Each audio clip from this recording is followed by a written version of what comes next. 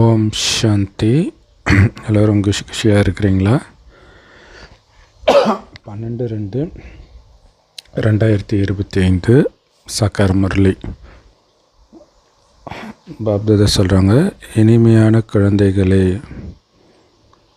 நீங்கள் மிகப்பெரிய ரத்தின வியாபாரிகள்.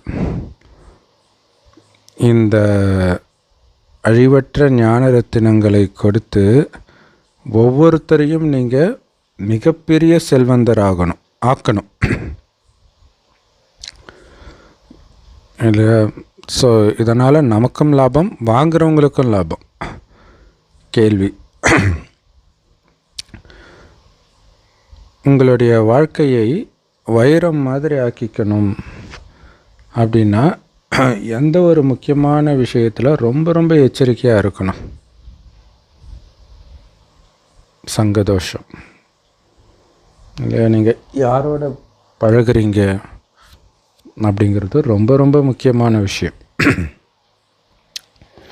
இதில் கூட குரானில் கூட பார்த்திங்கன்னா, நிராகரிப்பாளர்களோட ஃப்ரெண்ட்ஷிப் வச்சுக்காதீங்க அப்படின்ட்டு இருக்கும்.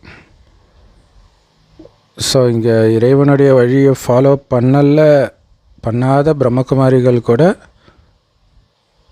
டேஞ்சர் தான். அவர்கள்கிட்ட இருந்து விலகி இருக்கணும். ஸோ யார் இந்த ஞான மழை நல்லா பொழிஞ்சிட்டு இருக்கிறாங்களோ அவர்களுடைய தொடர்பில் தான் இருக்கணும். மற்றபடி ஞான மழையே பொழியாதவர்கள் தொடர்பில் இருக்கிறனால உங்களுக்கு என்ன நன்மை இருக்குது? ஏன்னா நீங்கள் யாரோட தொடர்பில் இருக்கிறீங்களோ அது உங்களுக்கு மிகப்பெரிய பிரபாவத்தை ஏற்படுத்தும். உங்களுக்கு தெரியாது இல்லை? அஞ்ஞானத்திலே தவறான தொடர்புனால தான் நம்ம கெட்டே போயிருப்போம். ஸோ இப்போ நல்ல ஞான மழை பொழியிறவங்க தொடர்பில் இருக்க உங்களுடைய குணம் மாறிக்கிட்டே இருக்கும். சிலர் நல்ல தொடர்பினாலேயே வைரம் மாதிரி ஆகுறீங்க. மற்றவர்களின் தொடர்பில் வர்றதுனால கூழாங்கல் மாதிரி ஒன்றுத்துக்கு உதவாமல் போயிடுறாங்க. யார் ஞானம் நிரம்பியவர்களாக இருக்கிறாங்களோ அவங்க கண்டிப்பாக மற்றவர்களையும் தனக்கு சமமாகத்தான் மாற்றுவார்கள். அவர்கள்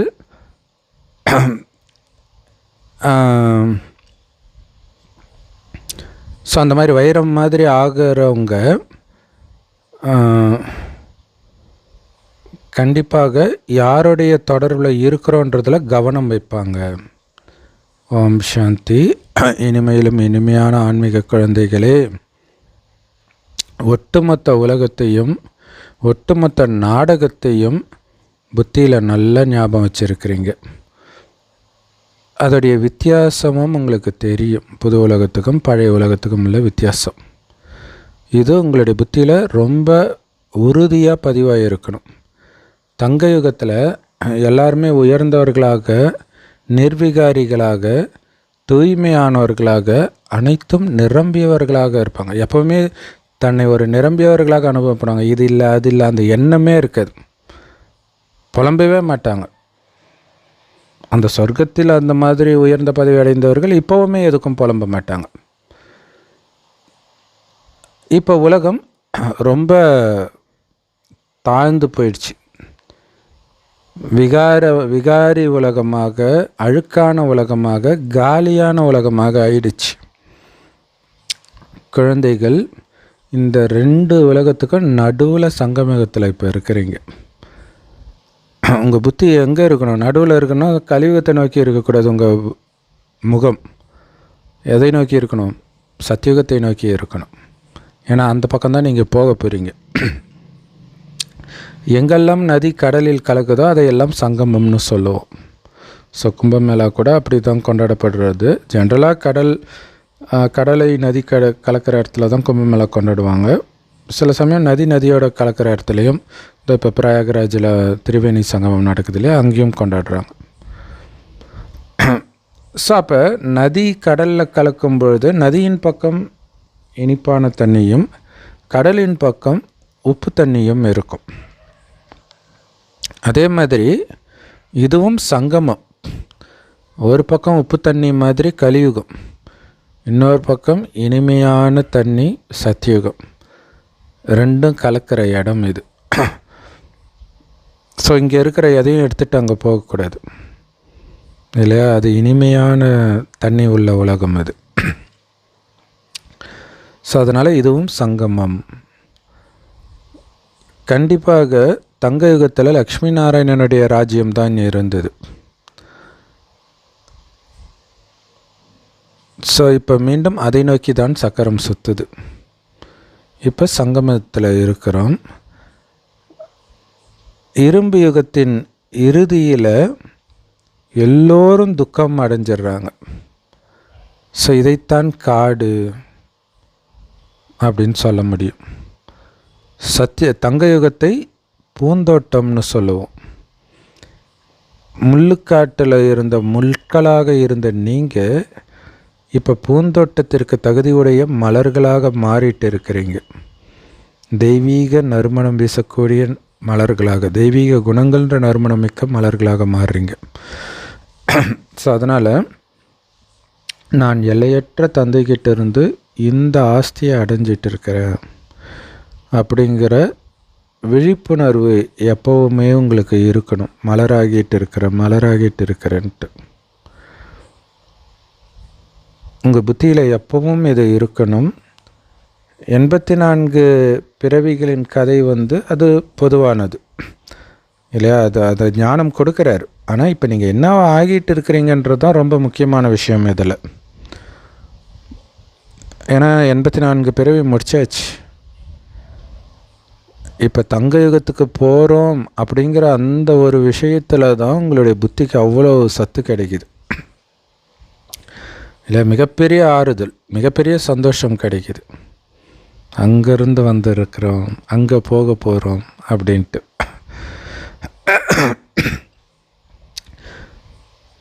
ஏதோ ஒரு மீன் மீனோ அல்லது ஆமையோ ஏதோ ஒன்று என்னென்னா, அந்த ஃப்ரெஷ் வாட்டர் நதியில் இருக்கிற இடத்துல போய் குஞ்சு பொரிக்கும். அதுக்கப்புறம் அது கடலில் கலந்துக்கும். ஸோ அந்த மாதிரி நாம் இப்போ இந்த சங்கம யுகத்தில் ரெடி ஆகிறதே எதுக்கு? சத்தியுகத்துக்கு போகிறதுக்காக. அது பூந்தோட்டம். அதை நினைக்கும் போதே நமக்கு ஆனந்தம். அதுக்கு பிறகு இந்த மரண உலகத்தில் இன்னொரு ஜென்மம் நம்ம எடுக்க மாட்டோம். மரணமில்லா பெருவாழ்வுன்றது இதுதான். இங்கே மீண்டும் பிறக்க மாட்டோம். எங்கே இருக்கும் நம்முடைய பிறவி? அமரலோகத்தில் தான் இனிமேல்ட்டு இருக்கும். சிவபாபாவை அமர்நாத்தனும் சொல்லப்படுது. ஏன்னா அமர கதையை நமக்கு சொல்லி சொல்லி நம்மை அமரர்களாக மாற்றுறார். அங்கே உடலில் இருந்துக்கிட்டே அமரர்களாக இருப்போம். சரியான நேரத்தில் சந்தோஷமாக இந்த உடலை நாம் விடுவோம். அந்த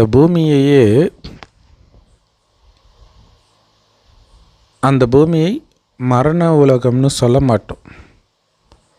ஸோ இதை நீங்கள் மற்றவர்களுக்கு புரிய வைக்கிறீங்க அப்படின்னா அவங்க யோசிப்பாங்க, இவங்கக்கிட்ட இந்த முழு ஞானம் இருக்குது, அதனால தான் இவ்வளோ தெளிவாக சொல்கிறாங்க அப்படின்ட்டு. ஸோ உலகத்திற்கு ஆரம்பமும் இருக்கும், முடிவும் இருக்கும். எப்படி ஒரு குழந்தையாகவே எப்பயும் இருக்காதில்ல, இளைஞனாகும், பிறகு வயதாகும், பிறகு நேரம் வந்த உடனே அந்த உடம்பை விட்டுட்டு மீண்டும் குழந்தையாகும், இன்னொரு உடம்பை எடுக்கும். அதே மாதிரி தான் இந்த உலகம் கூட புதியதாகுது, பிறகு கால்வாசி பழையதாக, அரைவாசி பழையதாக, பிறகு முற்றிலும் பழையதாக ஆகிடுது, பிறகு மீண்டும் அது புதியதாகுது. ஸோ வேறு யாருமே இப்படி ஒருத்தருக்கு ஒருத்தர் பேசிக்கிட்டதே கிடையாது. இந்த மாதிரி கலந்துரையாடல் அவர்களால் பண்ணவே முடியாது, அவர்களுக்கு தெரியாது. ஸோ பிராமணர்களாகிய உங்களை தவிர வேறு யாருக்கும் இந்த ஞானம், ஆன்மீக ஞானமும் கிடைக்கிறது கிடையாது. பிராமண குலத்திற்கு வராமல் இந்த ஞானத்தை கேட்க முடியாது. ஸோ பிராமணர்களாகிய நீங்கள் மட்டும்தான் இதையெல்லாம் தெரிஞ்சுக்கிறீங்க. பிராமணர்களிலும் கூட நீங்கள் வரிசைக்கிரமமாக இருக்கிறீங்க.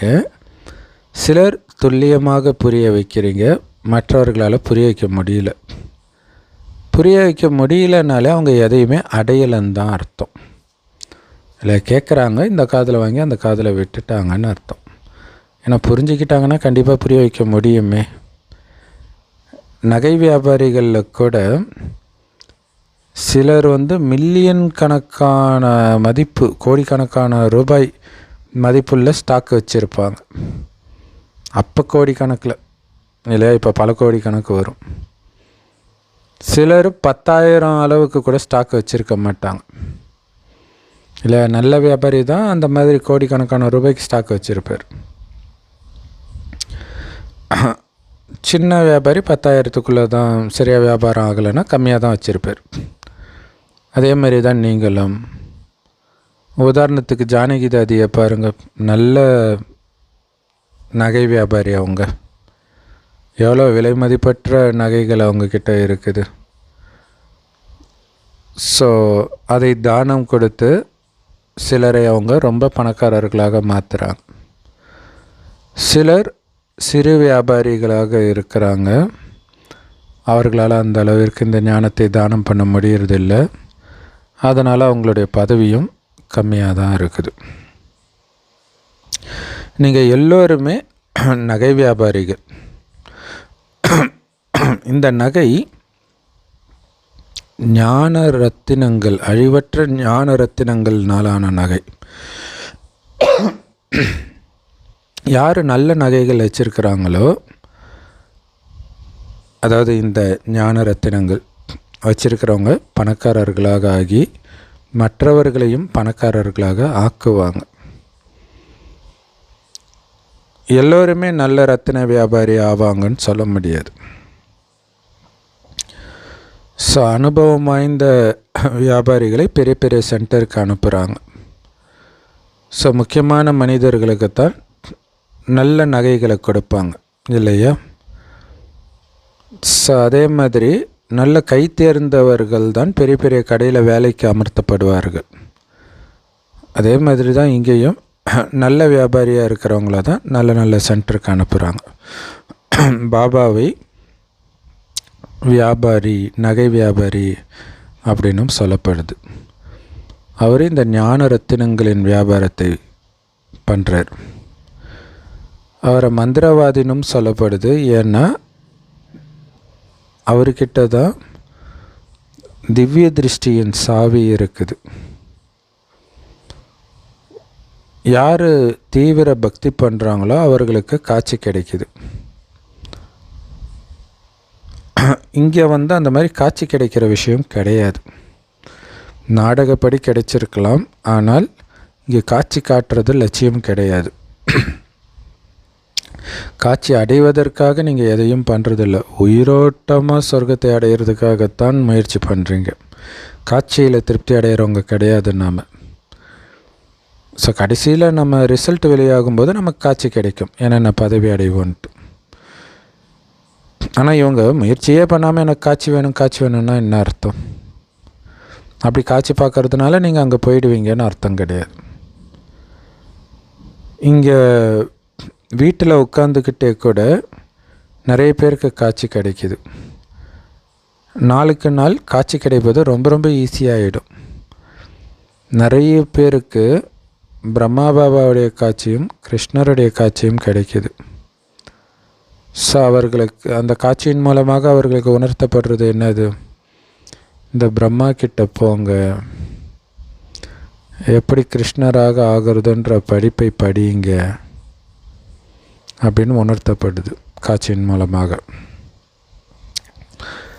அந்த தூய்மையான இளவரசன் இளவரசிகள் சொர்க்கத்தில் இருந்தார்கள். இளவரசர்களை தூய்மையானவர்கள்னு சொல்கிறோம். அவர்களுடைய ஜென்மமே தூய்மையாகத்தான் ஏற்படுது. அழுக்கானவர்களை கீழானவர்கள்னு சொல்லுவோம். நாம் இப்போ அழுக்கானவர்களிலிருந்து தூய்மையானவர்களாக மாறணும்.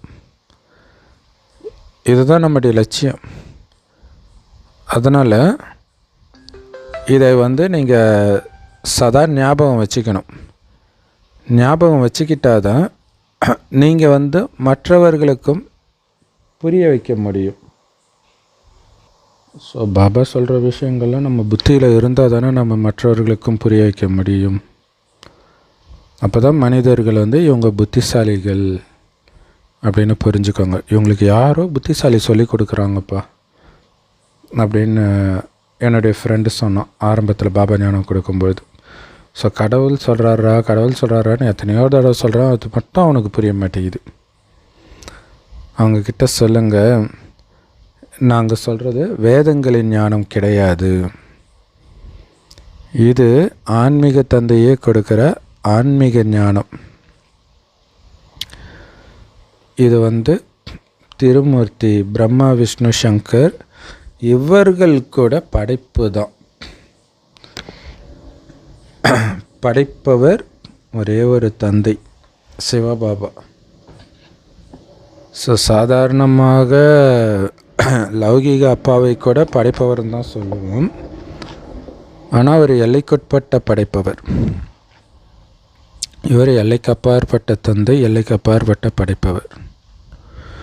ஸோ அவர் உட்காந்து நமக்கு இதை புரிய வைக்கிறார். நீங்கள் முயற்சி பண்ணணும். பாபா உங்களை மலர்களாக ஆக்குறார். இப்போ ஈஸ்வரிய குடும்பத்தை சார்ந்தவர்களாக நீங்கள் ஆகியிருக்கிறீங்க. எதுக்காக? தூய்மையாகிறதுக்காக.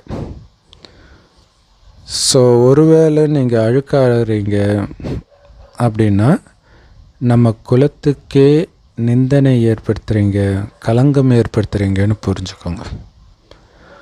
இல்லையா?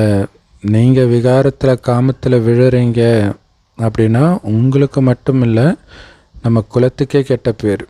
ஏன்னா நீங்கள் யார் கூட காமத்தில் விழுறீங்களோ அவங்க என்ன நினைப்பாங்க பிரம்மகுமாரிகளை பற்றி? இவங்க எல்லாருமே இப்படி தான் நினைப்பாங்க.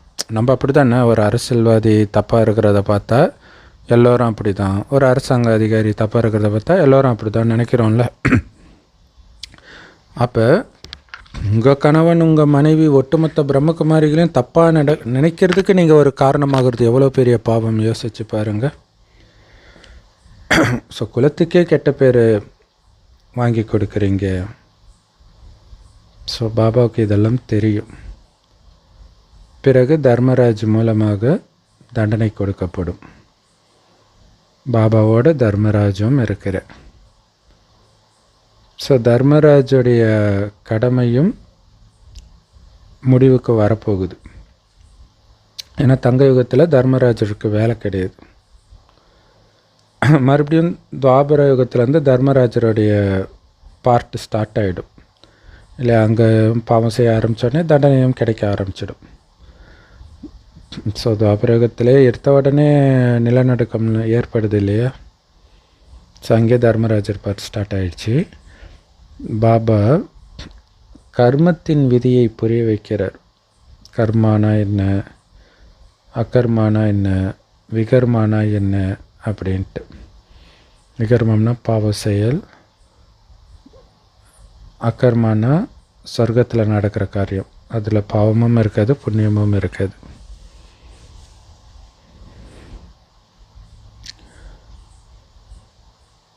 ஸோ யாருக்காவது ரொம்ப கஷ்டப்படுறாங்கன்னா அவர் முன் ஜென்மத்தில் ஏதோ அந்த மாதிரி காரியத்தை செஞ்சுருக்கிறாரு அப்படின்னு மனிதர்களும் சொல்கிறாங்க. தங்க யுகத்தில் அப்படிலாம் சொல்ல மாட்டாங்க. ஏன்னா அங்கே தவறான காரியத்திற்கான எந்த விதமான துக்கமும் இருக்காது. காரணம், தவறான காரியமே பண்ண மாட்டோம். இங்கே தான் இந்த தவறான காரியங்கள், நல்ல காரியங்கள்லாம் இருக்குது. அங்கே ஜாலியாக என்ஜாய் பண்ணுவோம். ஒரு டூருக்கு போய் என்ஜாய் பண்ணுற மாதிரி தான் சொர்க்கம். இல்லை, அங்கே புண்ணியம் பண்ணுறது, பாவம் பண்ணுறது இந்த வேலையே கிடையாது. ஜாலியாக இருப்போம். அதனால தான் அங்கே கர்மத்தின் விதியே வேலை செய்யாது. செய்ய வேண்டிய அவசியமும் அதுக்கே வேலை கிடையாது. ஸோ சுகமும் துக்கமும் நரகத்தில் தான் அனுபவிக்கிறோம். என்ன இங்கே சுகம் ரொம்ப கம்மியாக இருக்குது. சொர்க்கத்தில் சுகம் நிறையா இருக்கும்.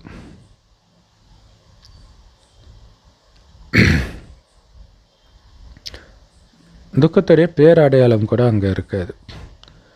அப்புறம் எங்கேருந்து தங்க யுகத்தில் துக்கம் வரும்? ஸோ தந்தைக்கிட்ட இருந்து புது உலகத்தின் ஆஸ்தியை நாம் அடைகிறோம். தந்தையை மட்டும்தான் துக்கத்தை நீக்கி சுகத்தை கொடுக்கும் வள்ளல்னு சொல்ல முடியும். எப்போ துக்கம் ஆரம்பிக்குதுன்னு நமக்கு தெரியுது. ஆனால் வேதங்களில் இந்த கல்பத்தின் ஆயுளை லட்சக்கணக்கான வருடங்கள்னு சொல்லிட்டாங்க.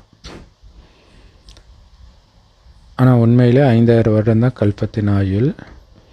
அதில் பாதி கல்பத்திற்கான துக்கம் நீக்கப்படுது. வெறும் சந்தோஷம்தான் இருக்கும் முதல் பாதி கல்பம். ஸோ இந்த காலச்சக்கரம் எப்படி சுற்றுதுன்றதை புரிய வைக்கிறது ரொம்ப ரொம்ப ஈஸி. உங்களை தவிர வேறு யாராலையும் இதை புரிய வைக்கவும் முடியாது. ஏன்னா யாருடைய புத்தியிலும் இது கிடையவும் கிடையாது. லட்சக்கணக்கான வருடங்கள் ஆயுள், கல்பத்தின் ஆயுள் அப்படின்னு வேதத்தில் போட்டிருக்கிறத படித்த உடனே எல்லா விஷயமும் புத்தியை விட்டு போயிடும்.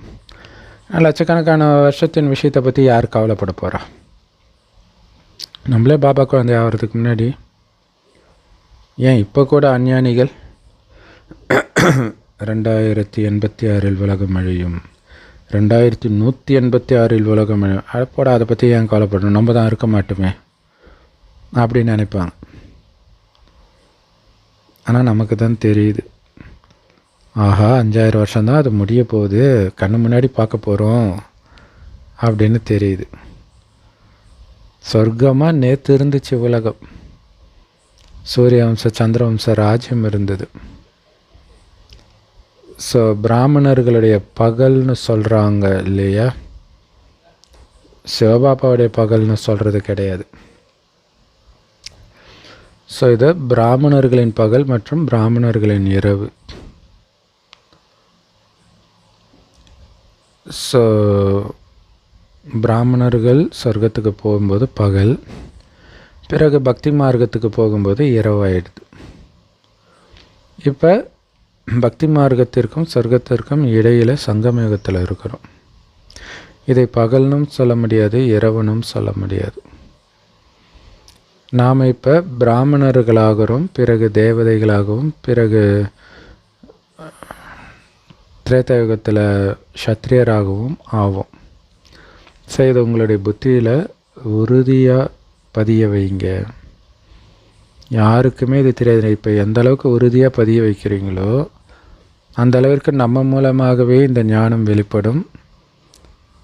துவாபரயுகத்தில் நம்ம தான் உட்காந்து வேதங்களை எழுதுவோம். ஸோ பக்திக்கான விதையும் இங்கேயே போட்டுடுறார். ஆனால் அங்கே ஃபுல்லாக ஞானம் தெரியாதனால கொஞ்சம் இல்லை நிறையவே தப்பு பண்ணுவோம். கொஞ்சம் ஞானம் வெளிப்படும். ஸோ வேறு யாருக்குமே இந்த விஷயம் புரிகிறது கிடையாது.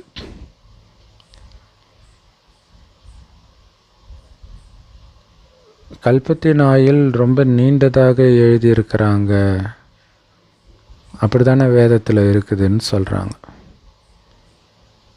பாபா கேட்குறாரு, எங்கேருந்து இந்த கணக்கு வந்தது, லட்சக்கணக்கான வருடம் கோடிக்கணக்கான வருஷன்ட்டு. இது ஏற்கனவே நிச்சயிக்கப்பட்ட நாடகம், அனாதியாக நிச்சயிக்கப்பட்டிருக்கு. இதே தான் திரும்ப திரும்ப நடக்கும். உங்களை தவிர யாருக்கும் இந்த விஷயம் கூட தெரியாது. குழந்தைங்க புத்தியில் மட்டும்தான் அரை கல்பத்துக்கு சத்தியுக திரேதாயுகமும், அதாவது ஞான மார்க்கமும், அடுத்தது நடுவில் இந்த பக்தி ஸ்டார்ட் ஆகுது. பக்தி ஸ்டார்ட் ஆகும்போது திரேதாயுகம் மற்றும் துவாபர யுகத்தின் சங்கம யுகம் வருது. அங்கே ஒரு சங்கமம் வருது. அது ஞானத்திற்கும் பக்திக்கும் இடையில் உள்ள சங்கமம். இப்போ பக்திக்கும் ஞானத்திற்கும் இடையில் உள்ள சங்கமம். ஸோ துவாபர யுகத்தில் கொஞ்சம் கொஞ்சமாக வேதங்கள் உருவாக்கப்படுது. கலியுகத்தின் இறுதியில் பார்த்திங்களா, பக்தி மார்க்கத்தின் விஸ்தாரம் ஒரு மரமாக பெருசாக பறந்து விரிஞ்சு காணப்படுது. பக்தி மார்க்கத்தின் மரம். ஸோ மனித சிருஷ்டியே இவ்வளோ பெருசாக இருக்குது. சிருஷ்டி மரம். இந்த மரத்தின் விதை பாபா. இது தலைகீழ் சிருஷ்டி மரம்னு சொல்லலாம்.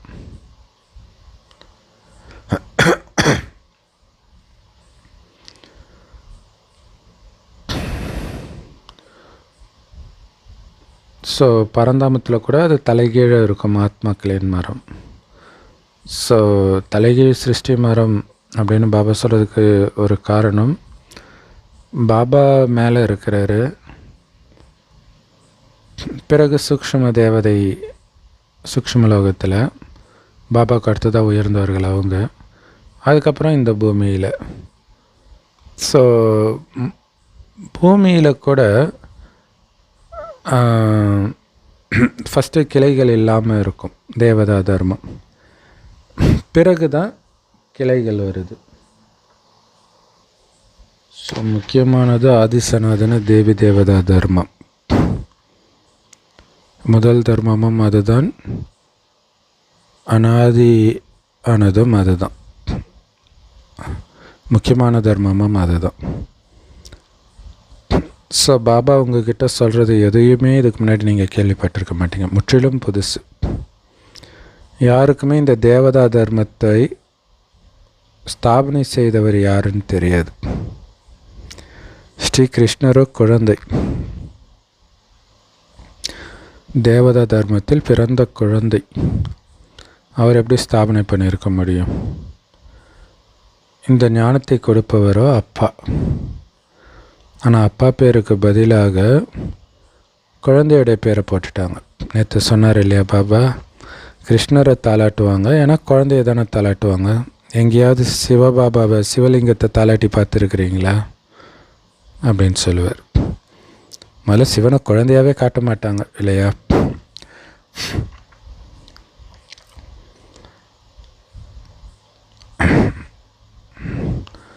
ஸோ ஸ்ரீ கிருஷ்ணருடைய தெய்வீக காரியம் அந்த கிருஷ்ணலீலா அப்படின்னு காட்டுறாங்க. பாபா சொல்கிற தெய்வீக காரியங்கள் கிருஷ்ணருடையது கிடையாது, சிவபாபாவுடையது. பகவானே உன்னுடைய லீலையே லீலை, உன்னுடைய விளையாட்டே விளையாட்டு, என்ன அற்புதம், எவ்வளோ எல்லையற்ற விளையாட்டுன்னு சொல்கிறாங்க. ஸோ அந்த ஒருவருடையது தான் இந்த தெய்வீக காரியம், மனிதனை தெய்வமாக்குற காரியம். ஸோ சிவபாபாவுடைய மகிமை தனிப்பட்டது. அவர் தான் எப்போவுமே தூய்மையாக இருக்கிறவர். கிருஷ்ணர் எப்பவும் தூய்மையாக இல்லை, நரகத்தில் வரும்போது தூய்மை இழந்துடுறார். ஸோ அதனால தான் சதாசிவம் அப்படின்ற வார்த்தையே வருது. அவர் எப்போவுமே சதா ஒரே மாதிரியே இருக்கிறார். ஸோ எப்போவுமே தூய்மையாக இருக்கிற சிவபாபாவுக்கு ஒரு சாபம் பாருங்கள், அவர் ஒருபொழுதும் தூய்மையான உடலில் நுழையிறதே கிடையாது. எவ்வளோ பெரிய கொடுமை இல்லையா. தூய்மையான ஆத்மா தூய்மையான உடலுக்குள்ளே தானே நுழையணும். சொர்க்கத்தில் தான் தூய்மையான உடல் இருக்கும், அங்கே தான் அவர் வர்றதே கிடையாது. அவர் கூப்பிட்றதே இந்த அழுக்கான உலகத்தை தூய்மையாக்கிறதுக்கு தானே. அழுக்கான உலகத்தில் தான் அவரை கூப்பிடவே செய்கிறீங்க, எங்களை தூய்மையாக்க வாங்கன்ட்டு. ஸோ அதனால் நானும் இந்த தூய்மையான அந்த அழுக்கான உலகத்துக்கு தான் வர வேண்டியது இருக்குதுன்னு சொல்கிறார் பாபா. ஸோ இவருடைய பல ஜென்மத்திலும் கடைசி ஜென்மத்திலும் அந்த கடைசி உடலும் வயோதிக நிலை அடைந்த பிறகு வரார். பாபா என்ன பாவம் செய்தார் இந்த மாதிரி உடலை எடுக்க? பாபா சொல்கிறாரு, இங்கே முக்கியமான விஷயமே அப்பாவை நினைவு செய்யுங்கன்றது தான் சாரம், மற்றதெல்லாம் விஸ்தாரம். அந்த விஸ்தாரமான ஞானத்தை எல்லோரும் தாரணை பண்ணிட முடியாது. யார் இதை தாரணை பண்ணுறாங்களோ அவர்களுக்குத்தான் நான் புரிய வைக்கிறேன். மற்றவர்களுக்கு என்னை நினைவு பண்ணுங்கன்ற மன்மனாபவ மட்டும் நான் சொல்கிறேன். எல்லாருடைய புத்தியும் வரிசைக்கிரமமாக இருக்குது. சில மேகங்கள் அளவற்ற மழை பொழியுது. எந்த மேகங்கள்? ஞான மேகங்கள். பாபா குழந்தைங்களை சொல்கிறார், அளவற்ற ஞான மழை பொழியிறாங்க. சிலர் கொஞ்சம் மட்டும் மழை பெஞ்சிட்டு போயிடுறாங்க. மேகத்தோடு ஒப்பிடுறார். மேகமும் அப்படி தானே, சில மேகம் வந்துச்சுன்னா அடின்னு மழை பெய்யும். சில மேகம் கொஞ்சம் நேரம் பெஞ்சிட்டு போயிடும். ஒரு நிமிஷம் மழை பெய்கிறதுலாம் இருக்குது. பரபரன்னு போடும், அவ்வளோதான், காணாமல் போயிடும், முடிஞ்சு போச்சு. சில மேகங்கள் மழையே பொழியறதில்லை. பாபா குழந்தைங்களை வச்சு சொல்கிறார், நீங்கள் எந்த மேகம்னு புரிஞ்சுக்கோங்க. ஏன்னா அவர்களுக்கு இந்த ஞானத்தை எடுக்கக்கூடிய சக்தி இல்லை. மம்மா பாபா நல்ல மேகங்கள். ஸோ இந்த ஞானம் மழை நல்லா பொழிகிறவங்களுடைய தொடர்பு தான் உங்களுக்கு இருக்கணும். மற்றபடி ஞான மழையே பொழியாதவர்களுடைய தொடர்பில் இருக்கிறனால உங்களுக்கு என்ன லாபம் வந்துட போகுது இல்லையா? சிலர் சும்மா பேசிக்கிட்டே இருப்பாங்க, எதுவுமே சேவை சேவை கூப்பிட்டா ஐயோ சேவை மட்டும் வரல. அவங்க கூட பேசி நம்ம என்ன பண்ண போகிறோம்? நேரத்தை தான் வீணாக்கிறது. ஸோ உங்களுடைய அந்த தொடர்பு உங்களோட தாக்கத்தை ஏற்படுத்தும், ரொம்ப தாக்கத்தை ஏற்படுத்தும். ஸோ ஒரு சிலருடைய தொடர்பில் இருக்கும்போது நீங்கள் வைரம் மாதிரி ஆவீங்க. மற்றவர்களுடைய தொடர்பில் இருக்கும்போது ஒன்றுத்துக்கும் உதவாத குழாங்கள் ஆகிடுவீங்க. ஸோ அந்த மாதிரி குழாங்கள்லாம் இருக்கிறாங்களா இல்லையான்னு அவங்க கூட பேசும்போதே தெரியும். கட் பண்ணிடணும் அவங்க ஃப்ரெண்ட்ஷிப், அவ்வளோதான், முடிஞ்சு போச்சு. யார் ரொம்ப நல்லவர்களாக இருக்கிறாங்களோ அவர்களோட தான் நாம் இருக்கணும். அஞ்ஞானத்திலே சொல்லுவாங்க பெற்றோர்கள் குழந்தைங்க கிட்ட, நல்லா படிக்கிற பையன் பக்கத்தில் மட்டும் உட்காருன்னுவாங்க. ஸோ இதுக்கு முன்னாடிலாம் பிராமண பசங்க இருந்தால் அவங்க பக்கத்தில் உட்காருங்க, ஏன்னா அவங்களுடைய குணம் நல்லாயிருக்கும், கறிமீன் சாப்பிட மாட்டாங்க, அப்படியே சொல்லி அனுப்புவாங்க. ஆனால் இப்போ அதே மாதிரி அவங்க இருக்கிறாங்களான்றது ஒரு கேள்விக்குறி தான் நினைக்கிறேன். ஸோ யார் ஞானம் நிரம்பிய குழந்தைகளாக இருக்கிறாங்களோ அவங்க தான் மற்றவர்களையும் தங்களை மாதிரியே மலர்களாக மாற்ற முடியும். ஸோ அதனால் உண்மையான தந்தையின் மூலமாக எந்த குழந்தை நல்ல ஞானி குழந்தையாகவும் யோகி குழந்தையாகவும் இருக்கிறாங்களோ அவர்களுடைய தொடர்பில் மட்டும் இருங்க, அவர்களுடைய சகவாசத்தில் மட்டும் இருங்க. ஸோ அதுக்காக அவங்க வாழை பிடிச்சிக்கிட்டு நீங்கள் அப்படியே சொர்க்கத்துக்கு போயிடலான்னு அர்த்தம் கிடையாது. நீங்கள் முயற்சி பண்ணணும். இல்லை, அவங்க தொடர்பில் இருக்கும்போது நீங்கள் முயற்சி பண்ணுவீங்க, அவங்களுடைய குணம் தாரணையாகும். அவங்க சேவை பண்ணுறதை பார்த்து நமக்கும் சேவை பண்ணணும்னு தோணும். அதுதானே தவிர சும்மா அவங்க கூட இருந்தாலே போதும் அப்படி கிடையாது. நிறைய பேர் அந்த மாதிரி கால் பண்ணுவாங்க, சார் நம்ம கான்ஃபரன்ஸ் போட்டு டிஸ்கஸ் பண்ணலாம் பிரதர் அப்படின்ட்டு. சேவைக்கு வாங்கினா இல்லை பிரதர், அதுக்கு வரல பிரதர். இப்போ சேவையே பண்ணாமல் என்னத்தை டிஸ்கஸ் பண்ண போகிறாங்க தெரில. ஸோ நிறைய பேர் இப்படி சொல்கிறாங்க, ஒருத்தர் வாழை பிடிச்சிட்டே போயிடலாம், அந்த விஷயமெல்லாம் இங்கே கிடையாது, வேலைக்கு ஆகாது. இல்லை அப்படி தானே பக்தி மார்க்கத்தில் சொல்லுவாங்க, குருவை பிடிச்சிக்கிட்டே போனீங்கன்னா அவர் வழி காட்டுவார். அவருக்கே வழி தெரியாது, அவர் எப்படி உங்களை வழி காட்டுவார்? பாபா கேட்குறாரு, டீச்சர் வாழை பிடிச்சிக்கிட்டே ஸ்டூடெண்ட் பாஸ் ஆகிட முடியுமா? படிக்கணும் இல்லை? சப்போஸ் அந்த டீச்சர் அந்த ஸ்டூடெண்ட்டுக்கு பிடிச்சவங்களாக இருக்கிறாங்க, கொஸ்டின் பேப்பர் அவுட் பண்ணுறாங்க, இந்த மாதிரிலாம் நிறைய இடத்துல நடக்குது. ஆனால் கடைசியில் பாதிக்கப்பட போகிறது அவன்தான். இல்லை கடைசியில் பப்ளிக் எக்ஸாம் எழுதும்பொழுது, காலேஜுக்கு போகும்பொழுது, வேலைக்கு போகும்போது, அப்போ அவனுடைய உண்மையான திறமை தானே பேசும். ஸோ பாபா இந்த ஞானத்தை கொடுக்கத்தான் வந்திருக்கிறார். அதனால தான் இங்கே ஹெல்ப் பண்ணுற வேலையெல்லாம் கிடையாது. கடைசியில் அவர் பாட்டுக்கு வேடிக்கை பார்ப்பார். ஏன்னா அவர் சொல்லி கொடுத்துட்டார், என் நினைவில் இருந்தால் உனக்கு ஒன்றும் ஆகாதுன்றாரு. அப்போ நீங்கள் பதறீங்க அப்படின்னா அவர் என்ன பண்ண முடியும்? பதறாமல் இருக்கிறவங்க தான் அங்கே வர முடியும். ஸோ பதறி தான் உயிர் போகணும்னு இருக்குதுன்னா அவர் என்ன பண்ண முடியும்? ஸோ அதுக்கு தான் பாபா நினைவில் தைரியமாக இருங்கன்றார். தைரியமாக ஒரு அடி எடுத்து வைத்தால்தான் பல அடி உதவி கிடைக்கும்ன்றார். ஸோ பாபா இப்போ இந்த ஞானத்தை கொடுக்கணும், அதற்கான நேரம் இது. பக்தி மார்க்கத்தில்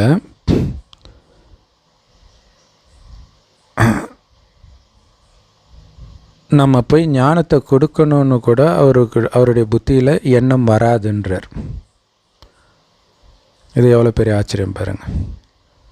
பக்தியில் உழுந்து உழுந்து கோவிந்தா கோவிந்தா அரோகரா அரோகரா என்ன கற்றுனாலும் அவருக்கு இங்கே வரணுன்ற எண்ணமே வராது, ஞானம் கொடுக்கணுன்ற எண்ணமே வராது.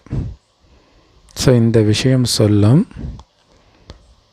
நாடகத்திற்கு பாபாவும் கட்டுப்பட்டிருக்கிறார். எல்லாமே நாடகப்படி நடக்குது. உங்களுக்கு காட்சி கிடைக்கலாம், அற்புதங்கள் நடக்கலாம்.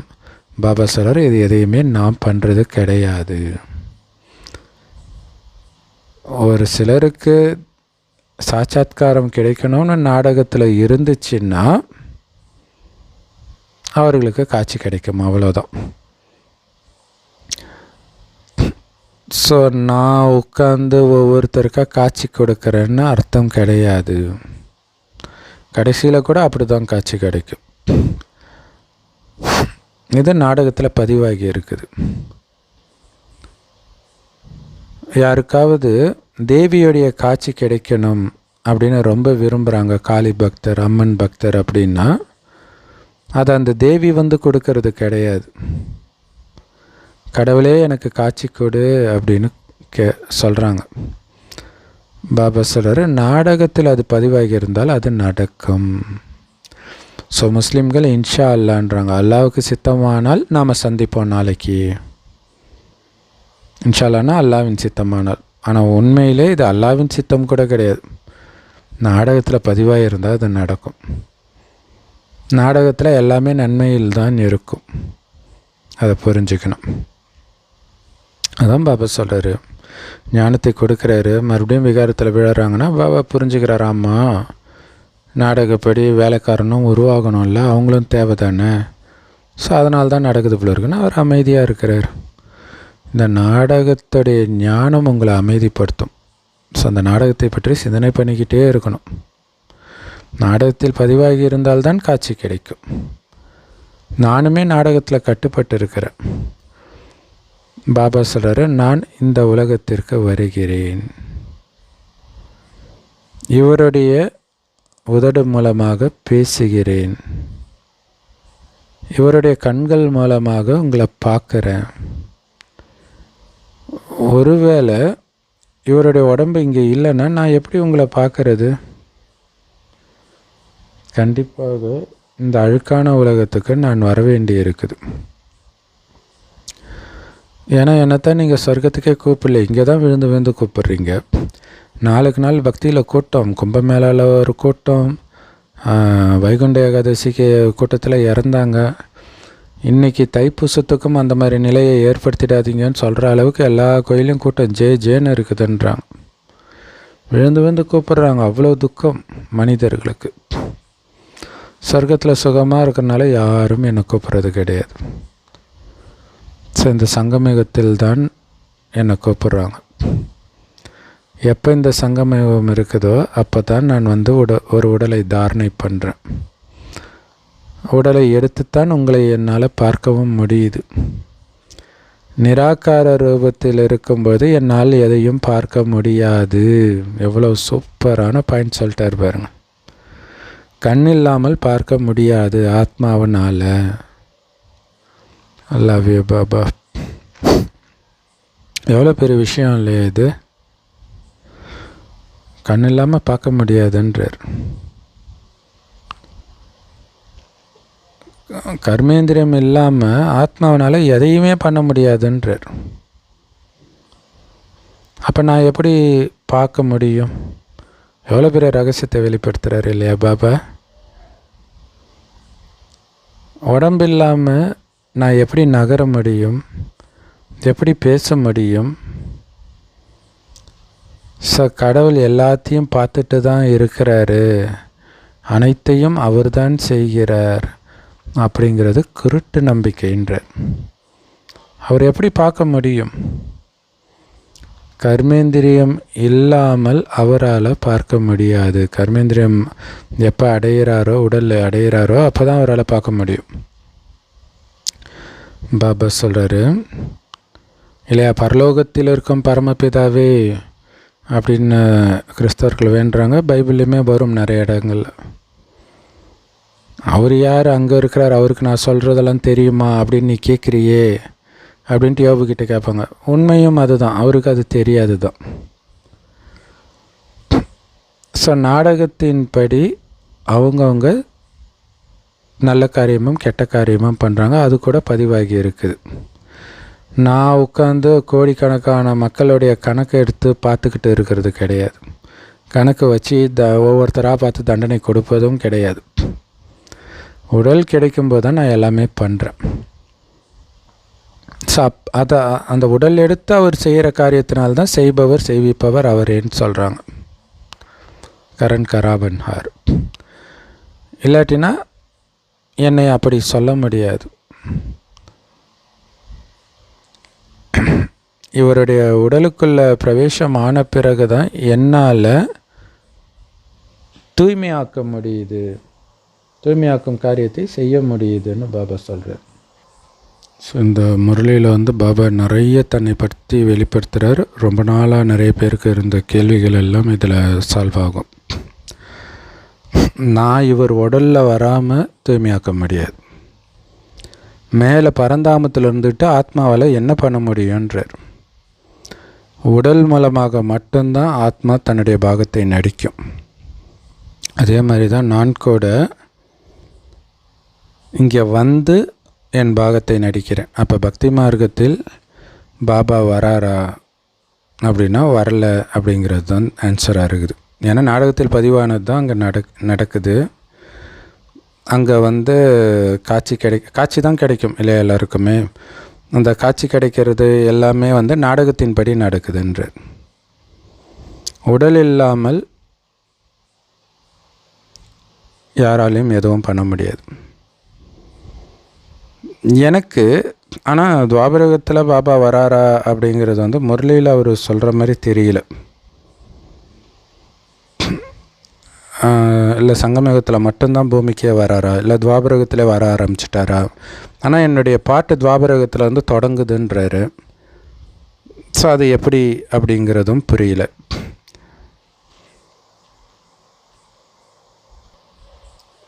ஸோ பாபாவுக்கு தங்க யுகத்தில் பார்ட்டே கிடையாதுன்ட்டார். சத்தியுகத்தில் பாபாவுக்கு பார்ட்டே கிடையாது பூமியில். அப்போ பாகமே இல்லாமல் யாருமே எதுவுமே பண்ண முடியாது. அவரவர்களுடைய பாகத்தை தான் அவங்கவுங்க நடிக்க முடியும், கடவுளே ஆனாலும் சரி. ஏன்னா ஆத்மா உடல் எடுக்காமல் எதுவுமே பண்ண முடியாது. ஆத்மாவை இறந்த ஆத்மாவை கூப்பிடுறாங்க இல்லையா. ஸோ அந்த ஆத்மா உடலுக்குள்ளே பிரவேசமானால் தான் அதை பேச முடியும். உடல் இல்லாமல் கர்மேந்திரங்கள் இல்லாமல் யாராலையும் எதுவும் பண்ண முடியாது. ஸோ இது விஸ்தாரமான விளக்கம் இருந்தாலும் ஸோ அதை ஒரு சுவாரஸ்யத்துக்காக பாபா சொல்கிறாரே தவிர அதில் நம்ம போக தேவையில்லைன்றார். அது ரொம்ப முக்கியம். ஏன்னா நம்மளால் கண்டுபிடிக்க முடியாது. அதனால தான் மெயினாக இந்த துவாபரயுகத்தை பற்றி அவர் பேசுகிறது இல்லைன்னு நினைக்கிறேன். சத்தியுகத்தில் வர்றதில்லைன்னு சொல்கிறாரு. ஆனால் துவாபரயுகத்தில் வந்துடுறாரா, துவாபரயுகத்தில் என் பாகம் ஆரம்பிக்குதுன்னு சொல்லியிருக்கிறாரு. அது எப்படி அப்படிங்கிறதும் தெரியல. ஸோ இங்கே முக்கியமான விஷயம் அப்பாவையும் ஆஸ்தியும் நினைவு பண்ணுங்க. எல்லையற்ற தந்தை எவ்வளவு உயர்ந்தவர்.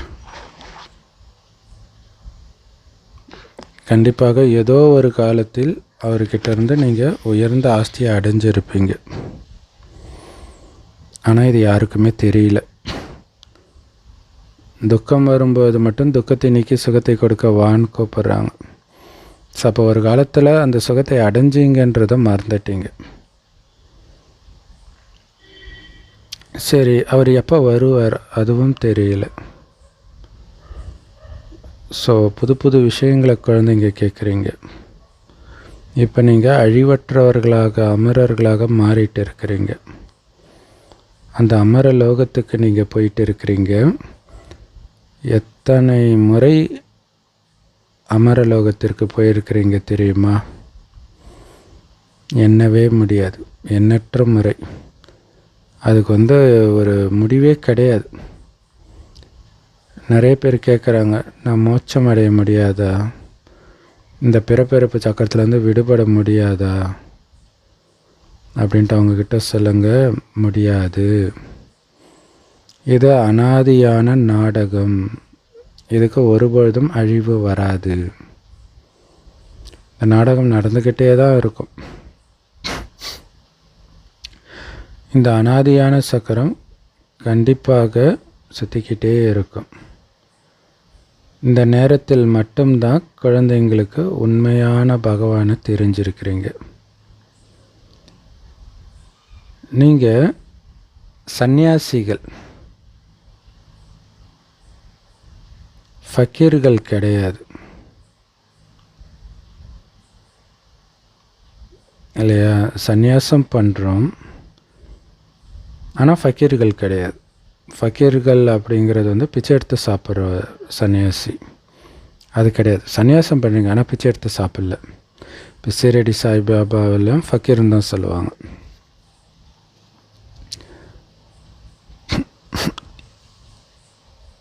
ஸோ நீங்கள் ராஜ ரிஷிகள் அது சன்னியாசிகள்னு சொல்லுவாங்க இல்லையா? ஸோ சன்னியாச வாழ்க்கை வாழறீங்க. எதுக்கு? ராஜ்யத்தை அடையிறதுக்காக, ஒரு லட்சியத்தோடு வாழறீங்க. ஆனால் குடும்பத்தில் இருந்துக்கிட்டே வாழறீங்க. அதுதான் முக்கியமான விஷயம். ராமாயணத்தில் பார்த்திங்கன்னா சீதையுடைய அப்பா ஜனக மகாராஜா அப்படி தான் இருப்பார். ராஜாவாக தான் இருப்பார், ஒரு ரிஷி மாதிரி இருப்பார். ராமருடைய தம்பி பரதனும் ராஜாவாக இருப்பார், ஆனால் ஒரு ரிஷி மாதிரி தான் இருப்பார். ஸோ அந்த மாதிரி நம்ம இப்போ வாழ வைக்கிறார் இல்லையா? எதுவுமே இது கிடையாது, ஆனால் அந்த ராஜகுணம் இருக்கணும். இப்போ நீங்கள் மீண்டும் பணக்காரர்களாக ஆகுறீங்க.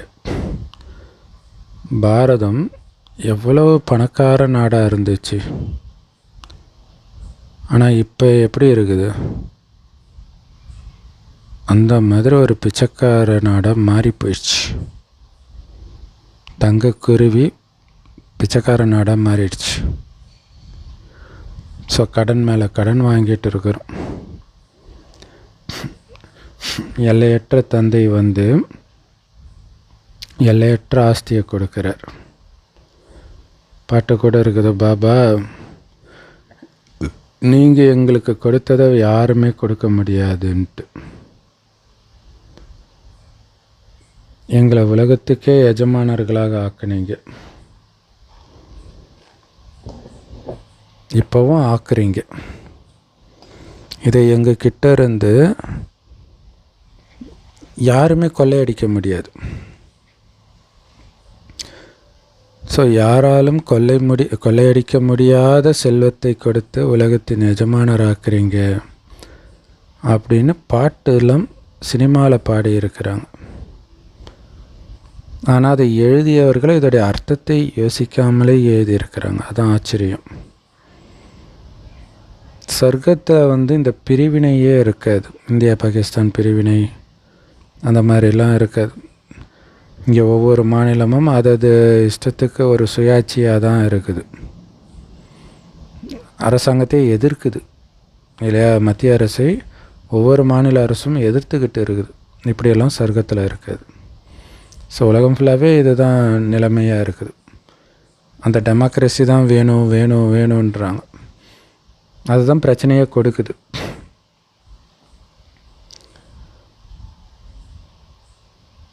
இங்கே எத்தனை பிரிவுகள் பாருங்கள்.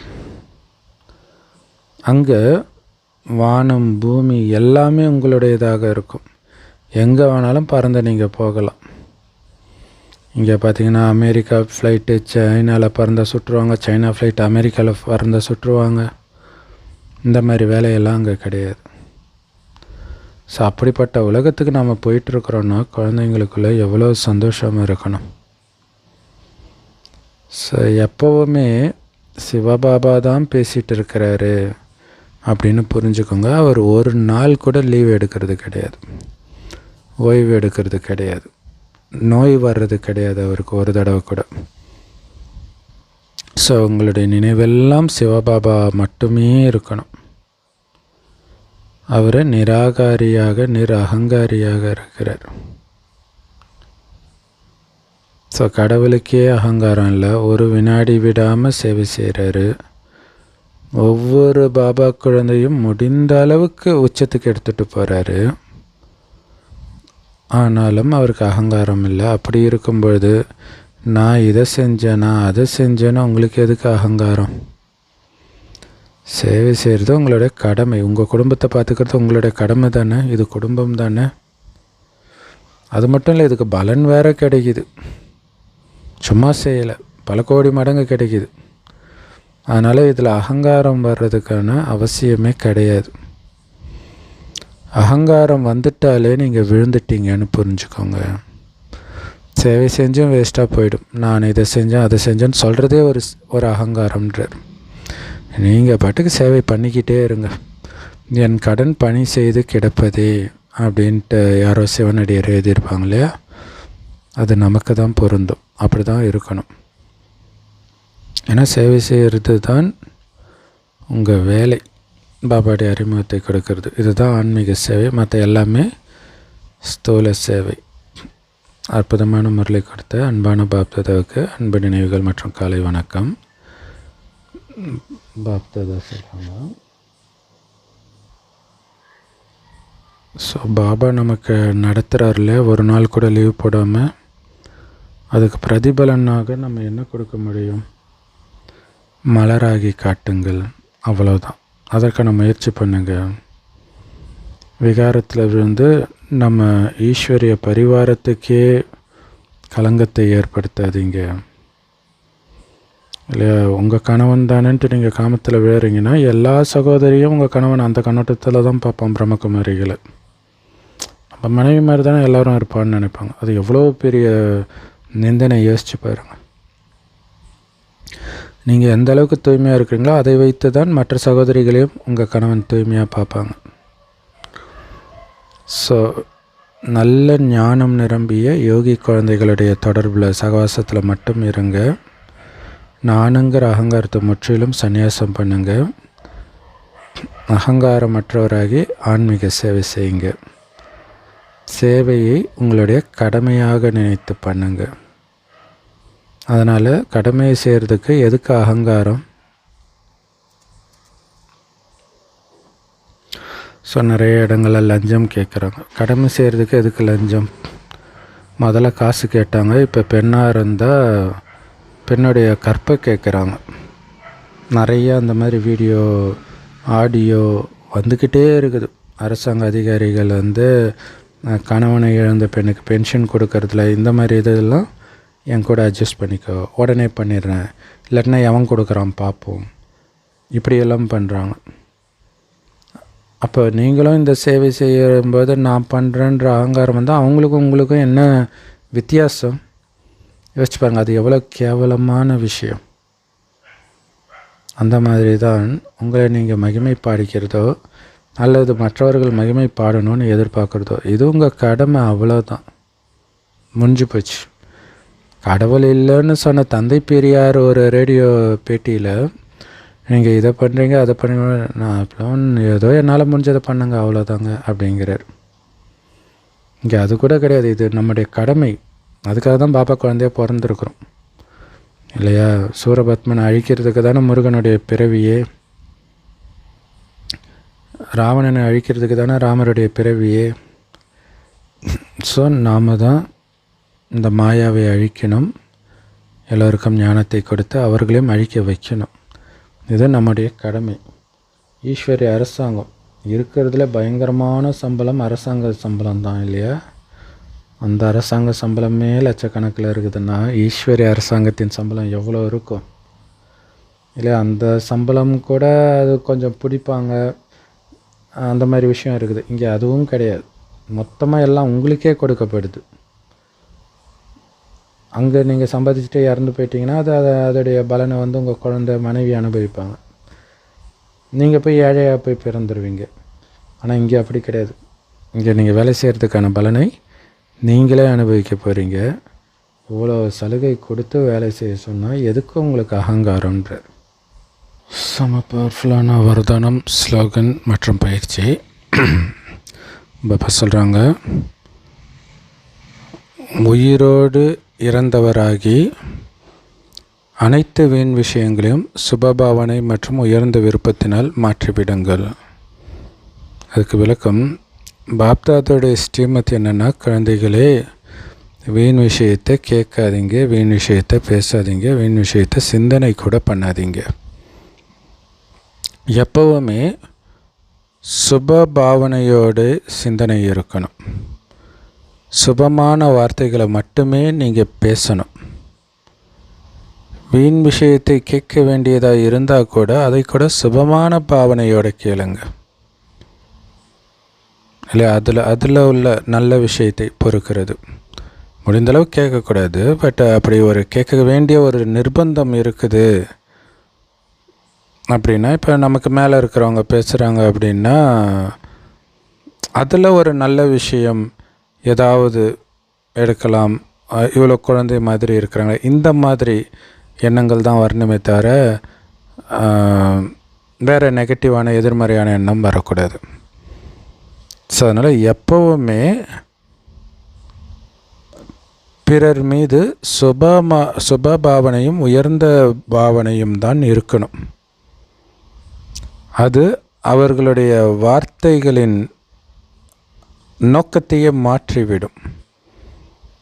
இல்லையா? அவர்கள் தவறாகவே நினைத்தால் கூட நீங்கள் சுப பாவனையோடு நீங்கள் பேசுகிறீங்க அப்படின்னா அது மாற்றிடும் வார்த்தையை. இன்னொன்று, நம்மளுடைய வார்த்தையின் நோக்கத்தையும் மாற்றும். இல்லையா? அந்த ஒரு உதாரணத்துக்கு பாபாவை யாராவது கேள்வி கேட்குறாங்க அப்படின்னா ரொம்ப சின்சியராக அவர் பதில் சொல்லுவார். அவர் அதை ஒரு காமெடியாக எடுத்துக்கிட்டு திருப்பி காமெடியாக பேசுகிறது அப்படி பேசவே மாட்டார். ஸோ அதை வைத்து நம்ம புரிஞ்சுக்கலாம். ஏதோ அந்த மாதிரி நிர்வாகி கேட்டார். ஸோ அதுக்கு அவ்வளோ சீரியஸாக ஒரு பாபா பதில் சொன்னார். ஸோ அப்போ அந்த வார்த்தைக்கு பின்னாடி இருக்கிற நக்கல் நையாண்டி அதையெல்லாம் போயிடும். சுபமான பாவனை மட்டுமே வச்சிங்கன்னா, குறிப்பாக வீண் விஷயமே, இப்போ ஜோக் அடிக்கிறதெல்லாம் பார்த்திங்கன்னா வீண் விஷயம் தானே, இல்லையா? ஸோ அது பிறருடைய மனதையும் காயப்படுத்தும். அது உங்களுக்கு தெரியாது. ஸோ அதை புரிஞ்சுக்கிட்டு எப்போ பேசினாலும் அதில் சுப பாவனை கலந்து தான் இருக்கணும். ஸோ எப்போவுமே உங்களுடைய எண்ணங்கள், நோக்கம், உணர்வுகள் எல்லாமே உயர்ந்ததாகவே இருக்கணும். ஸோ உங்களை மாற்றுங்கள், சுயமாற்றம் பண்ணுங்கள். மற்றவர்களை மாற்றுவதற்கு நினைக்காதீங்க. இல்லையா? மற்றவங்க மாறினா தான் நான் அமைதியாக இருப்பேன், அப்படி கிடையாது. நான் மாறுறேன். ஏன்னா சுயமாற்றம் தான் பிறருடைய மாற்றத்தை எடுத்துகிட்டு வரும். இதில் நான் முதலில் பலியாகணும். ஸோ இப்படி உங்களை முதல்ல பலி கொடுக்கறது இருக்குது பார்த்திங்களா, உயிரோடு இறக்கிறது, அதாவது விட்டு கொடுக்கறது தான், வேறு ஒன்றும் கிடையாது. அதில் தான் உண்மையான சந்தோஷம் இருக்குது. அவங்க எவ்வளோ துக்கம் கொடுக்குறவங்களாக இருக்கட்டும், உயிரோடு இருந்தால் தானே வலிக்கும். இறந்துட்டேன், இல்லையா? அது அப்படி இறக்கிறது தான் வெறும் நடிப்பை பார்க்குறது. இதில் பார்த்திங்கன்னா அந்த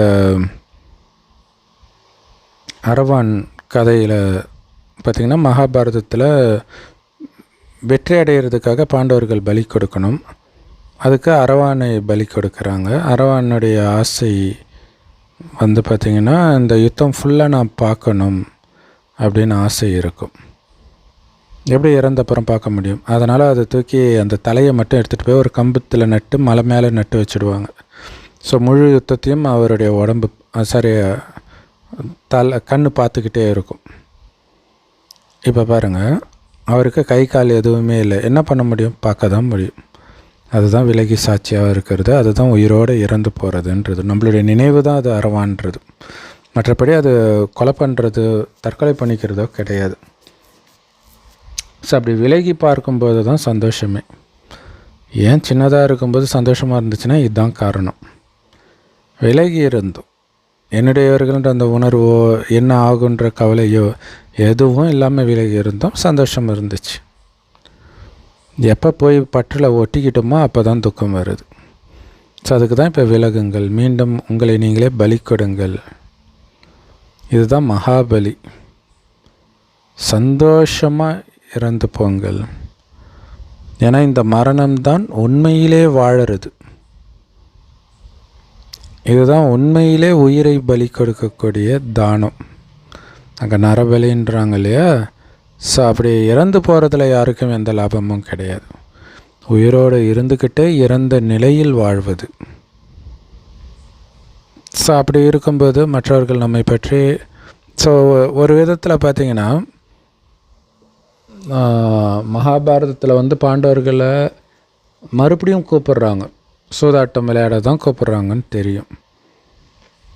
போகாத அப்படின்னு எல்லோரும் சொல்லுவாங்க தர்மர்கிட்ட, அவங்க சகோதரர்கள். இல்லைண்ணா அவங்கள பற்றி தெரியும், அவங்க அப்படி தானே பண்ணுவாங்க அப்படின்ட்டு. ஸோ அப்படி அவர் என்ன சொல்கிறாரு, இல்லை அப்பா கூப்பிட்டா போய் தான் ஆகணும், பெரியப்பா இல்லையா, பெரியவங்க இல்லையா. ஸோ அந்த மாதிரி அங்கே கிரிமினலாக யோசிக்கிறது எதுவுமே கிடையாது. இதனால் எனக்கு என்ன லாபம், எனக்கு எதிராக தான் செய்கிறாங்க, எதுவும் கிடையாது. இறைவனுடைய வழிபடி அமைதியாக அங்கே இறந்த நிலையில் வாழறது. ஸோ அந்த மகாபாரதம் ராமாயணத்தில் வர ஒரு ஒரு காட்சியிலுமே இந்த ஞானத்துடைய ஆழம் தெரியும். அதை வைத்து தான் நம்ம புரிஞ்சிக்க முடியும் நடைமுறையில் அதை எப்படி அப்ளை பண்ணியிருக்கிறாங்க அப்படின்ட்டு. ஸோ இதுதான் மகாபலி, இதில் தான் சந்தோஷம், இதில் தான் உண்மையான பலி கொடுக்குறீங்க, உங்களை நீங்கள் பாபாவுக்கு அர்ப்பணிக்கிறீங்கன்னு சொல்ல முடியும். ஸ்லோகன் இல்லை, உங்களுதுன்னு ஒன்று எதுவுமே கிடையாது, அப்போ எதை பற்றியும் கவலைப்பட மாட்டீங்க. ஸ்லோகன், உங்களுடைய எண்ணங்களின் ஒருமுகத்தன்மையின் மூலமாக அதிவேகத்தில் சுயமாற்றம் நடக்கும், உயர்ந்த பரிவர்த்தனை நடக்கும். இல்லை, உங்களை நீங்கள் மாற்றிக்கணும், அது ரொம்ப முக்கியமானது. அதுக்கு ஞாபகம் இருக்கணும், கான்சன்ட்ரேஷன் பவர் இருக்கணும். என்னை மாற்றிக்கணுன்றது சதா ஓடிக்கிட்டு இருக்கணும். காமம்னா என்னென்னு தெரியாத நிலையை அடையணும், கோபம்னா என்னென்னு தெரியாத நிலையை அடையணும். அதுக்கான டெஸ்ட் பேப்பர் கண்டிப்பாக வரும். அந்த நேரம் உங்களுக்கு இந்த ஞாபகம் இருக்கிற அளவுக்கு இதிலேயே புத்தி மூழ்கி இருந்துச்சுன்னா தப்பிச்சிடுவீங்க. இந்த மாதிரி ஒரு 4-5 தடவை தப்பிக்கிறீங்கனாலே அது உங்களுடைய குணமாக மாறிடும். அதுக்கப்புறம் காமம் கோபம் எல்லாம் நிரந்தரமாக உங்களை விட்டு விடை பெற்று ஓடிடும். அப்படியே தேவதையாகவே மாறிடுவீங்க. அதுதான் உயர்ந்த மாற்றம். அதுக்கு மெயினாக ஒருமுகத்தன்மை தேவை, அதற்கு பாபாவுடைய நினைவு தேவை. ஸோ இன்றைக்கி அவ்யக்த பயிற்சி, ஏகாந்த பிரியராகி ஒற்றுமை மற்றும் ஒருமுகத்தன்மையை தாரணை பண்ணுங்கள். இந்த குழுவின் சக்தி எதை நினைத்தாலும் அடைய முடியும். ஒரு குழுவாக செயல்படும்போது ஒற்றுமையாக. ஸோ இந்த குழுவின் ஒற்றுமையுடைய நினைவு தான் அந்த 5 பாண்டவர்கள் காட்டியிருக்கிறாங்க. ஒரு தடவையும் அவர்களுக்குள்ள எந்த விதமான கருத்து மோதலோ மதிக்காமல் போகிறதோ அப்படி இருக்காது. சில சமயம் கருத்துக்கள் மாற்றி சொல்லுவாங்க, இல்லைண்ணா அது ஏன்னா பண்ணணும் அப்படின்ட்டு. இருந்தாலும் அண்ணன் சொன்ன உடனே அப்படியே கேட்பாங்க. இப்போ உதாரணத்துக்கு அவங்க காட்டுக்கு போனதுக்கு காரணமே துரியோதனன் தான். அந்த துரியோதனன் காட்டிலே பக்கத்திலே டென்ட்டு போட்டு நக்கல் வேறு பண்ணுவான். பொண்ணுங்களை கூப்பிட்டு வச்சு கொத்தடிப்பான், கறிமீன் சாப்பிடுவான். ஸோ அப்படின்னால என்ன, பாண்டவர்கள் கறிமீன் சாப்பிடாமல் காமம் இல்லாமல் இருக்கும்போது அதை தூண்டக்கூடிய வேலையை பண்ணுறான்.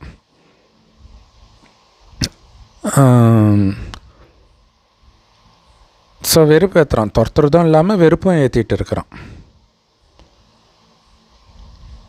ஒரு டைமில் என்ன ஆகிடுது, துரியோதனன் அங்கே இருக்கிற காட்டுவாசி பெண்ணை, அந்த காட்டு ராணி உடைய மகளை அவகிட்ட தப்பாக நடந்துக்க முயற்சி பண்ணுறான். எல்லோரும் பிடிச்சி வச்சு அவனை கொலை பண்ண போகிறாங்க. இந்த விஷயம் தர்மருக்கு தெரியுது. தெரிஞ்ச உடனே அவர் சொல்கிறாரு, நம்ம போய் காப்பாற்றணும், நம்ம தம்பி அவன். அப்போ பீமன் எல்லாம் கோபப்பட்டு, நாம் எதுக்கு அவனை காப்பாற்றினோம், அவனை நல்ல வேலையாக பண்ணான், அவனால் தான் நம்ம இவ்வளோ கஷ்டப்படுறோம், அவனும் நல்லவன் இல்லையே காப்பாற்றுறதுக்கு அப்படின்னு சொல்லும் பொழுது தர்மர் சொல்கிறாரு, நமக்குள்ளே இருக்கிற பிரச்சனை அது நம்ம தீர்த்துக்கலாம், அது அண்ணன் தம்பிக்குள்ள பிரச்சனை. ஆனால் மற்றவர்களிடத்தில் நம்ம விட்டு கொடுக்கக்கூடாது, அதனால் நம்ம காப்பாற்றணும் அப்படின்னு சொன்னான்னே இவங்க போய் காப்பாற்றுறாங்க மற்ற பாண்டவர்கள். பீமன் எல்லாருமே இல்லையா, அண்ணன் சொல்லிட்டா அதை கேட்குறாங்க, கருத்தை முன் வைக்கிறாங்க. பட் அங்கே பெரியவர் சொல்கிறாரு அப்படின்னும்போது என்ன அர்த்தம், எல்லோரும் சேர்ந்து எடுத்த ஒரு முடிவு அது. அதுக்கப்புறம் ஹாஞ்சி அப்படி பண்ணாதான் ஒற்றுமை இருக்கும். ஸோ இதை உண்மையில் மகாபாரதத்தை வைத்து இதை புரிஞ்சிக்கும் போது தான் நல்ல தாரணை ஆகுது. இல்லை நம்ம இது மாதிரி ஒரு உதாரணமே இல்லாமல் இருக்கும் பொழுது இதை ஒரு பக்கம் படிச்சுட்டு இருப்பீங்க, இன்னொரு பக்கம் ஒற்றுமை இல்லாமல் இருக்கிறதுக்கு காரணமாகவே இருப்பீங்க. ஸோ அப்போ அது உங்களுக்கு புரியாது இல்லையா? நடைமுறையில் இது இருக்கிறது தான் இந்த மகாபாரதம், ராமாயணம் கூட அப்படி தான். ஸோ அப்போ அவங்க என்ன பண்ணுறாங்க, பாபாவே பாண்டவர்களை தானே உதாரணமாக சொல்கிறார். அவங்களுடைய கருத்தை சொல்கிறாங்க இல்லையா? பீமன் கருத்து சொல்கிறான், அர்ஜுனன் கருத்து சொல்கிறான். அதுக்கப்புறம் அண்ணன் சொன்னால் அப்படியே இதில் திரௌபதி எதிர்ப்பான் ஒரு சமயத்தில் பயங்கரமாக. அப்போ அர்ஜுனன் சொல்லுவார், அண்ணன்கிட்ட யாரும் இப்படி பேசுறது இல்லைன்ட்டு. உடனே அவள் அமைதியாகிடுவாள் இல்லையா? எல்லோரும் அமைதியாக இருக்கும் பொழுது, இதை சொல்லும் பொழுது தானாகவே மற்றவர்களும் அமைதியாகிடுவாங்க. ஒருத்தர் தப்பாக பேசுகிறாங்கன்னா மற்றவங்களும் பேச ஆரம்பிச்சிடுவாங்க. ஜென்ரலாகவே லௌகீகத்திலே சொல்லுவாங்க இல்லையா? குழந்தைய அதாவது மனைவி கணவனுக்கு மரியாதை கொடுக்கல அப்படின்னா அந்த குழந்தையும் அந்த அம்மாவுக்கு மரியாதை கொடுக்காது. அதே மாதிரி கணவன் மனைவிக்கு மரியாதை கொடுக்கலன்னா அந்த குழந்தையும் அந்த அம்மாவுக்கு மரியாதை கொடுக்காது. ஸோ இது இருக்குது. இதுக்காக 2 பேரும் அடிச்சுக்கிட்டாங்க அப்படின்னா அப்பையும் குழந்தை ஒரு மாதிரி டார்ச்சர் ஆகும். ஸோ இங்கே ஒற்றுமை ரொம்ப முக்கியம். ஒவ்வொரு ஜென்மமும் எல்லோரும் ஒற்றுமையாக இருக்கிறதுக்கு காரணமாக அமைய போகிற அந்த குணத்தை ஆழமாக பதிய வைங்க. ஏன்னா நிறைய பாபா குழந்தை ஆகிறதுக்கு முன்னாடி இதுதான் சரி, இதுதான் தப்பு அப்படின்ட்டு டார்ச்சர் பண்ணிக்கிட்டே இருப்போம். நீ பண்ணுறது தப்பு தப்பு தப்புன்னு யார்கிட்டையாவது குடும்பத்தில் இருக்கிறவங்களோ யார்கிட்டையாவது சொல்லிக்கிட்டே இருந்திருப்போம். அந்த குணம் இருக்கும் பாபா குழந்தைங்களுக்கு. அந்த குணம்தான் ஒற்றுமை சீர்கெடுவதற்கு முக்கிய காரணமாக இருக்குது. ஸோ அந்த குணத்தை அழியுங்கள்ன்ற ஒரு மிக முக்கியமான செய்தியை கடைசியில் பாபா சொல்லியிருக்கிறார். ஏன்னா ஒற்றுமை தான் வெற்றி தரும்.